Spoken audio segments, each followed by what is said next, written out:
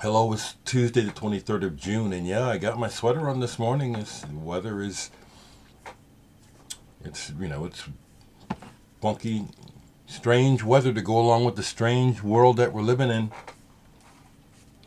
I will ramble a little bit this morning. Must say this, that I'm, I only deleted a few comments on my last video because mostly I'm trying to understand you folks. But when you just say stupid shit like the person that commented, listen to R&B, it's closer to God, doesn't even make sense. They don't know. When did they talk to God? Of course, everyone thinks they're talking to God. They can't prove a fucking thing. That's bullshit. And then another person it's like you completely are misunderstanding me and putting words into my mouth, and I'm not having it. Everything I'm saying makes sense. And so if you come over here trying to have a problem with what I'm saying, it's something that you're thinking in your head. Because I'm real clear. I want what's best for everyone. There's nothing political about that, okay? So if you've got your head up your ass, don't come over here looking for a reason to tell me that I've got mine up yours, because I don't. Every day I listen to the radio and check the news and the internet, and every day is crazier. And every day it appears that the people who are in charge of things are moving further and further away from anything that makes any fucking sense. So I'm just going to keep talking, okay? And someone asked me, and I love it, and I really am. No, I'll just keep going because you already know this is my this is my nature. People ask me, "You heard of? You heard of? You heard of?" Expecting me. Oh no, I haven't. Wow. Julian J. Savarin, Julian's Treatment. These records, whenever I've seen them since they came out, because I do remember these when they came out. I couldn't afford them then. Now, whenever I see them, they are off the charts, price-wise. But yeah, I know about Julian J. Savarin and how interesting and different these records are. Waters on the Dance, Julian's Treatment. Such records that make me wonder why those records never caught on. But again, advertising, marketing is everything when it comes to the mainstream and things catching on in large numbers.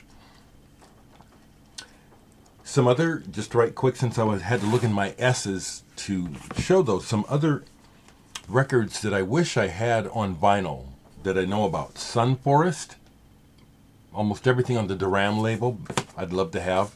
I used to have a copy of Spring. This is one of those prog albums that is talked about. I liked it, but I sold it. Splash, you ever heard of Splash? Sahara, I used to have, not this one, but another one by them. For All the Clowns. Stormy Six. Soho Orange. Alan Sorrenti. This is a good album. I'd love to have it. Saint Just. These are really hard to get. They're just so damned expensive, okay? Another one by Splash. Really want the second-hand albums. Really like these. The relation to Seventh Wave. Yeah. Okay, I can go on and on and on. And on and on. How about Snowman? You know this artist? I've never seen the records anywhere. I like it. Here's another one. Salmon, When the Dust Settles. And one that is just still. I've never seen a copy affordable, but I will still want a copy. Skip Bifferty. Okay. There's some of those. Good to hear from everyone. Dave, hello. Hello, Ellie, Garrett, Oscar, hello everyone. Much love to all of you. Jen, I know you still watch me. You've been here forever. Love you, Jen.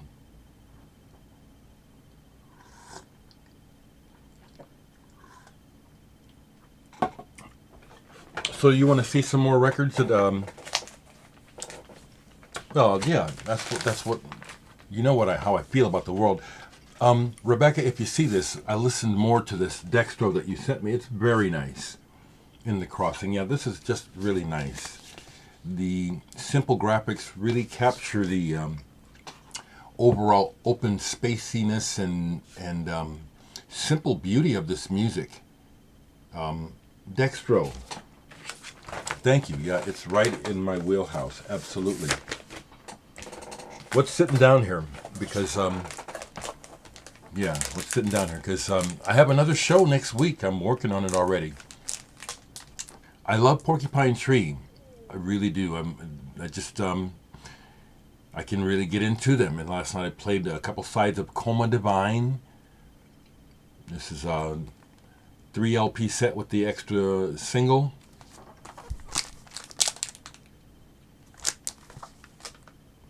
It's fun music to play, but I just really like it. Was digging in my crates and hadn't played this, although it was not that long ago that I found a copy of this, last few years.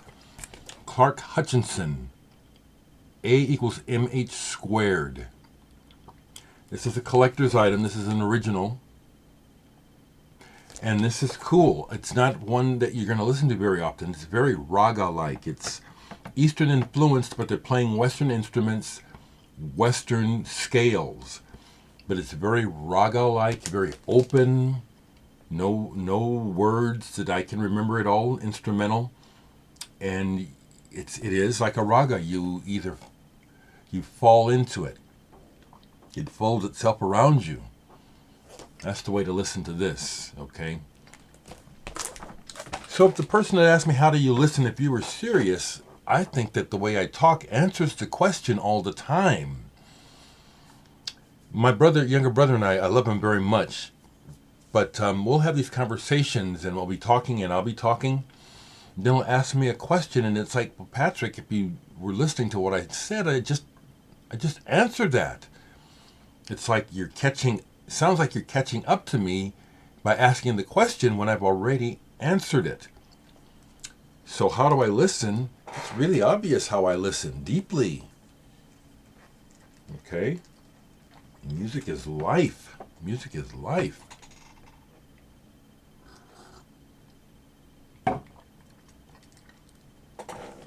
Okay. So speaking of that, yesterday I played one of my feel-good albums. This is an album that it's just really, if I want to make the room warm up, I play this. On the Avenue by Ronnie Foster. You guys know about Ronnie Foster? Again, he wasn't trying to win any good-looking contests at all. It's just Ronnie. He plays the organ. The brother makes some funky music. Really, really great style on the organ. Straight from here is where his playing comes from. So this is one of my favorite albums. It does make me give me pause to say this in regards to what's going on with all this black awareness happening.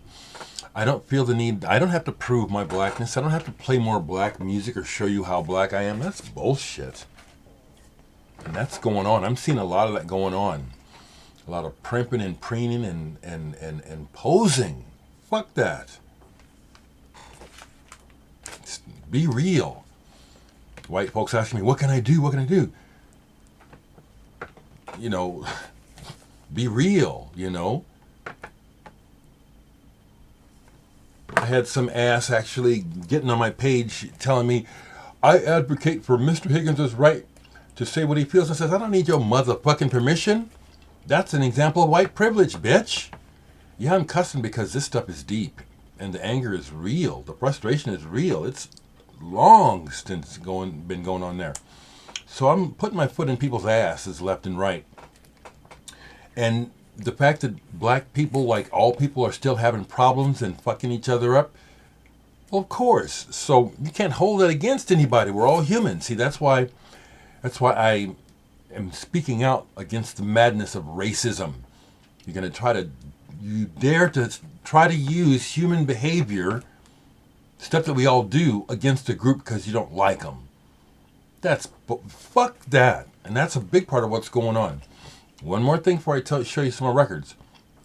It's emerging in the mainstream news how much legal stuff is in the books that purposely puts obstacles in the way of people of color.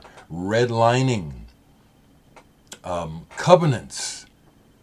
It's all in there, people.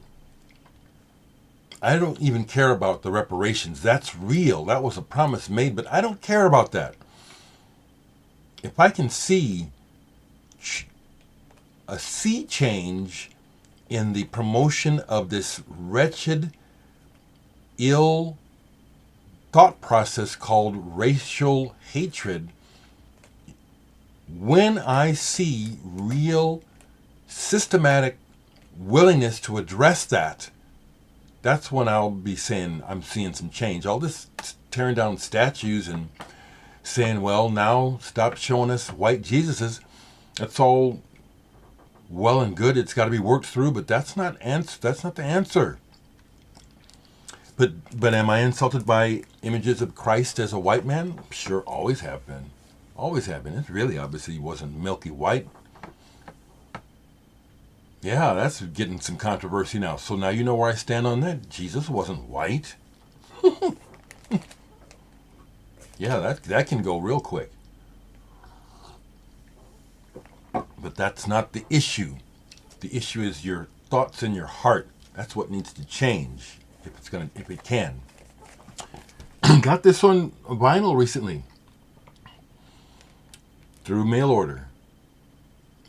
Holger Czukay from Cannes, Radio Wave Surfer. I've had this since it came out on CD in 91.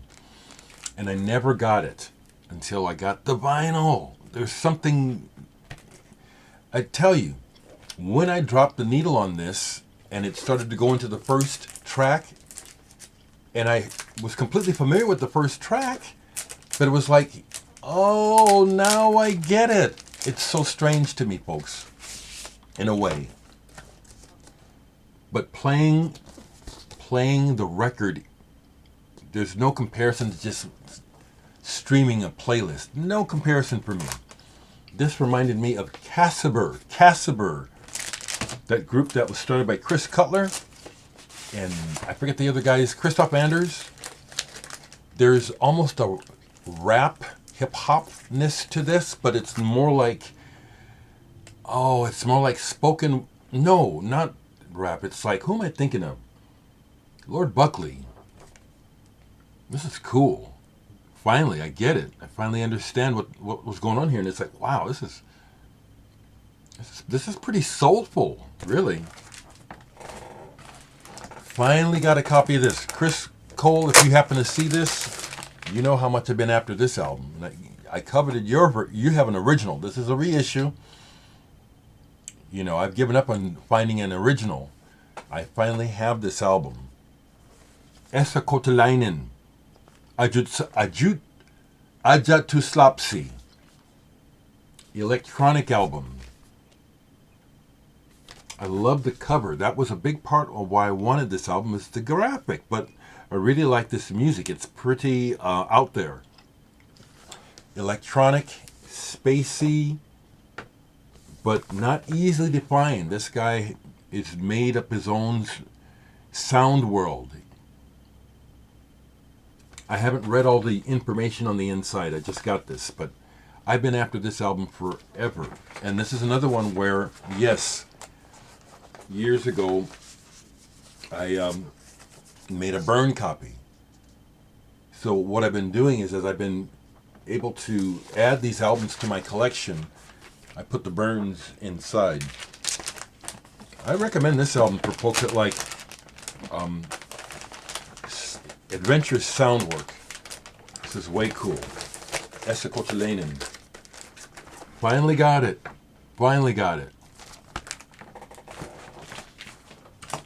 Another one of the Italian albums that are new to my collection. I love the Italian rock. And there's another one that I've had forever on burn. Let me show that first. Because, yeah, this is kind of fun. This is to be able to add these records to my collection. They're not originals because the originals of these are usually around $400 or $500. But Capsicum Red, Italian band. I didn't look up the translation of the title of the album, but it's Appunti per un'idea Fissa, Capsicum Red. Again, I love it. It's that organ-driven type of stuff, classical. And what I like is that it's not noodly like Rick Wakeman. Someone said that, and I agree with him wholeheartedly. Rick Wakeman's solos are often some noodly bullshit. I could play them. I could play them. Most of Rick Wakeman's solos that I've heard are shit. Noodly bullshit. This isn't noodly bullshit. It's classical, and the guy, there's a slight bit, no, that's not true. It doesn't sound like he's showing off. It sounds like these guys are like trying to get into something deep. Capsicum Red. I don't know why that's not more well known when it comes to Italian rock.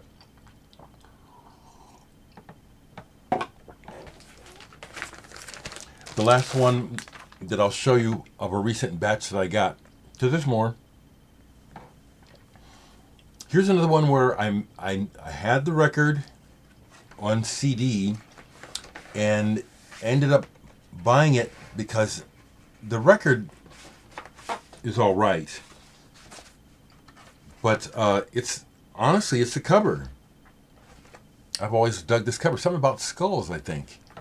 But McChurch Soundroom, Delusion. Here's one that it's kind of on the rough side, hard rocking, and it has the cardinal sin that people learn. Don't do that. It has a drum solo on it. My God, don't waste that vinyl. But I've been wanting this album forever, so I finally got a copy of it. Don't regret it. Just realized I haven't pulled my CD burn of it to add to this. Now, when I ordered this, I didn't know that it was going to come on a colored vinyl because that's not that important to me, but it's fun when it is. It's a bone, not white, but bone vinyl, colored vinyl. But would I recommend this album to other people? I would. It's raw, but it's pretty cool. It's pretty cool. Okay. Man, the 20 minutes, 20 minutes seems to be nothing. But I want to stop now because I want to stop. Folks, continue to talk to me, share with me, and just try to understand me. And again, if something I say upsets you, check your filter. I don't know what I'm saying that could be upsetting. I don't. I don't.